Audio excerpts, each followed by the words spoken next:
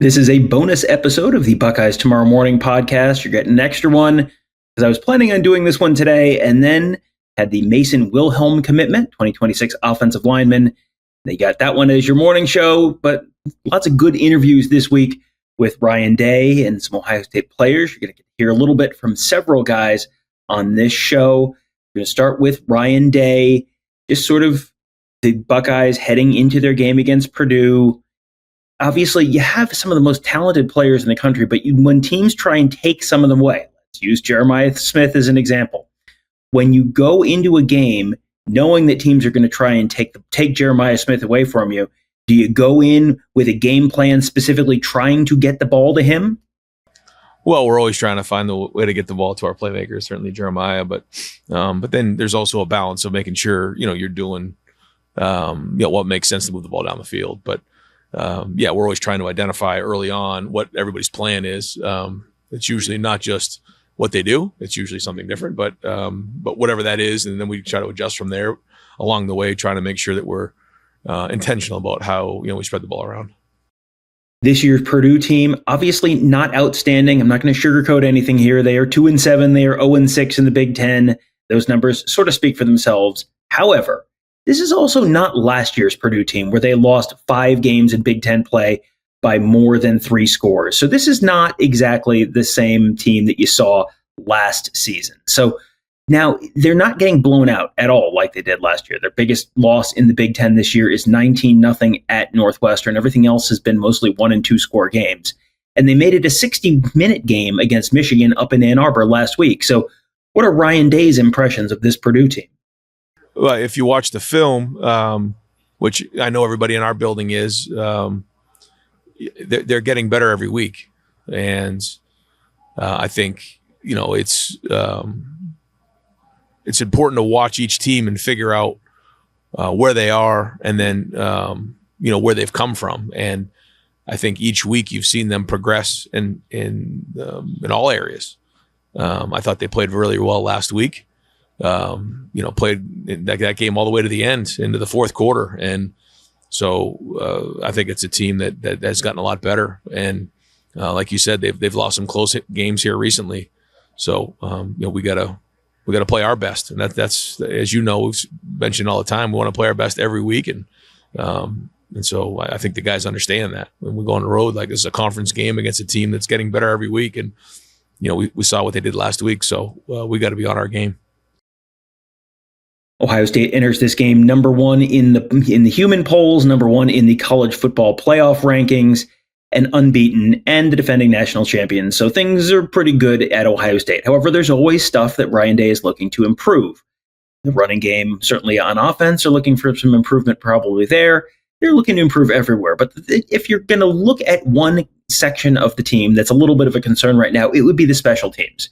In SP+, which is an advanced computer ranking, Buckeyes are 8th in the nation on offense, 1st in the nation on defense, and 81st in the nation on special teams. But is Ryan Day maybe seeing some progress there? Yeah, I think there's been good things, and then there's been some other things that have to get better. We're trying to get as many guys as we can on the field. We know that we have some good special teams players on the team, but it's a great opportunity for some of these younger players that we're talking about to get out in the field and cut their teeth and make mistakes and learn and grow. So, I think, again, I think it's been solid, but we always want to be better and be more explosive. One area where they have seen some definite progress this season is on the defensive line. That's something that we were coming into at least spring and even into the summer to a certain degree with a little bit of a concern that will they be able to replace all 4 starters from last year's national championship team? So far, the answer is an enthusiastic yes, 2 thumbs up for the Ohio State defensive line. One of the recent guys who's made a major splash is Kenyatta Jackson. He had a couple sacks against Penn State last week. Where has he improved this season? More confident. I think in his heart, he's always known that he can do it, but for him to actually physically do it, you can just see him grow more and more in his confidence in himself and his belief in himself. And everyone has their own journey along the way. And when they take that next step, you've seen him do that. You're seeing him producing on the field. And once you start seeing yourself on film make plays and you feel that, you then start playing, with, more conviction and playing faster and knowing that you can play with anybody in the country. And I think you're seeing that with him. So he knows that he's another guy on the D-line that we're all counting on because, he's the elder statesman in the room and he's a leader, but his production is just as important. And last one from Ryan Day. Going to move just a little bit on the inside of the defensive line now to nose tackle Kaden McDonald. He is certainly one of the bigger personalities on this year's team and someone who has definitely taken a major step forward this year. He is someone, you'll get to hear a little bit from him in a minute, but what has made Kaden McDonald such a big part of what the Buckeyes are doing on defense this year? He's a huge part of our defense. We say inside out, and he's the middle of it all. And he's every day getting better, more consistent, more experienced, more mature, just in his approach. And he's a very important guy on our defense. And his production has increased as the season's gone on. I think he understands the workload that it takes to play inside like that. It's just not something you show up and play a few snaps and then get out of there. I mean, it's an all-day sucker. And he played his most plays he played on Saturday, I think, in his career. So that was a great sign for him in terms of sustaining a high level of play. All right, now on to Kaden McDonald. He's one of those people you can't help but like Kaden McDonald, just kind of the big oversized guy with the big oversized personality, really just a very likable player. What has changed with his mindset this season, going from being a backup last year to a starter this year? Just having the opportunity, because at the end of the day, it's a blessing, playing for the Ohio State University. And, it gives me a little bit of motivation because the last year's team won a national championship. Now it's our turn, my class and my boys. So, that gives me the motivation to go repeat. Our buddy Tony Gerderman of BuckeyeHuddle.com asked Kaden McDonald about being the first nose tackle at Ohio State to have 8 tackles in a game since 2012. And Kaden's actually done that twice this year. Did he know that? I didn't know that. With me, I know I just don't take no place for granted. And, I love football, just Coach Johnson preaches us to have unbridled spirit and have the energy. And it shows on Saturdays when all 11 guys run to the ball. And last one from Kaden. Get to hear a little bit about Matt Patricia, because you've seen Matt Patricia's impact on the field, but what we see behind the scenes, he's a lot of impact on these guys just on a personal level as well. Just hanging out with them, talking ball, talking life, after practice, in his office, whatever it is. We see it, we hear about it all the time. So Kaden McDonald has talked about the fact that Matt Patricia has almost been like a mental coach for him as well. So how has he changed his views on things? And it sounds like you're going to hear a couple quick follow-ups here as well, but one of the answers here feels like it is starting to pay attention to all the little stuff. Just keeping my head strong and keeping the main thing, and stop worrying about the outside noise and control what you can't control. That's really been a big reason of why I've been playing so well, and having Coach Patricia, being in the back of my ear telling me things I need to know. Well, just, I have a planner, and he helps me either what I need to eat, diet, cardio, what's been going on, how's academics doing, how's family doing. He's a family coach, and, I love him to death, and I do anything for him, and I'm just happy to know that he's here.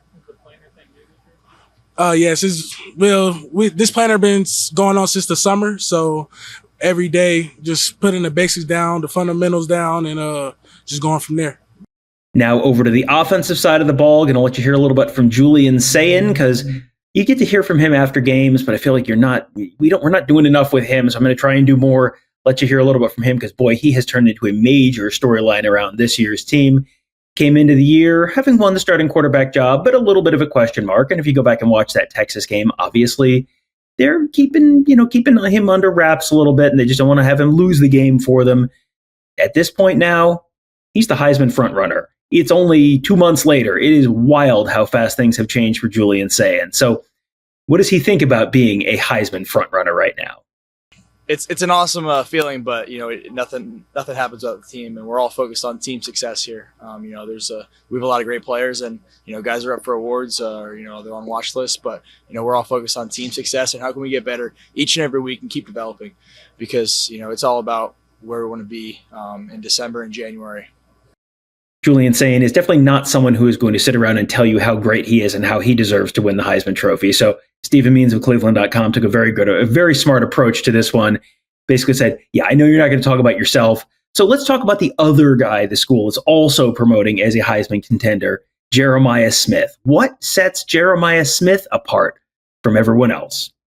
Yeah, I think, a lot of things. His work ethic is unmatched. He's able to, his skill set is very good, but, the way he works in practice and the way he fine tunes his craft is very special. So I think, the ability for him to go, make some great catches, but then, also he'll go and dig out a safety and go make some great blocks. And he practices that, it shows up on a Tuesday and Wednesday, and then you see it on Saturdays. And then now let's talk a little bit, one more thing with Julian Sayin. What's his approach when teams, you certainly have seen this a lot, teams will just try and take Jeremiah Smith away and say someone else has to beat us. So what is Julian Sayin's approach when teams try to take Jeremiah Smith away?